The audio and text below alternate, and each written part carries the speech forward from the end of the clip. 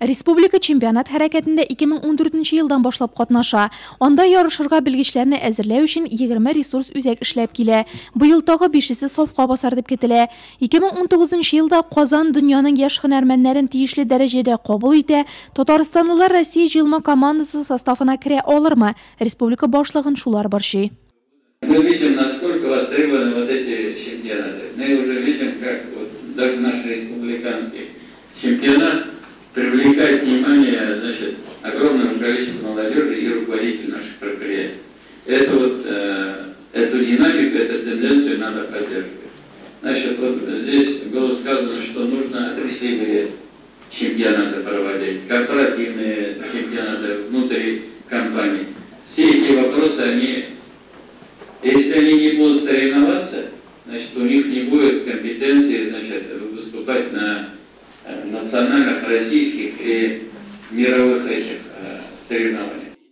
Бүгенге көндә мәктәпне тәмамлаган чыгарышлыларның 53% белем алыр өчен киллият һәм техникумнарны сайлый. Аларга республиканың 98 уку йортлары ишеге ачык. Февраль айында Краснодарда узган 5-нче милли чемпионатта Татарстан командасы рейтингта 2-нче урынга чыга. Тик дөнья чемпионатында катнашып урын алыр өчен бу гына аз дип басым ясады Рөстәм Миңнеханов.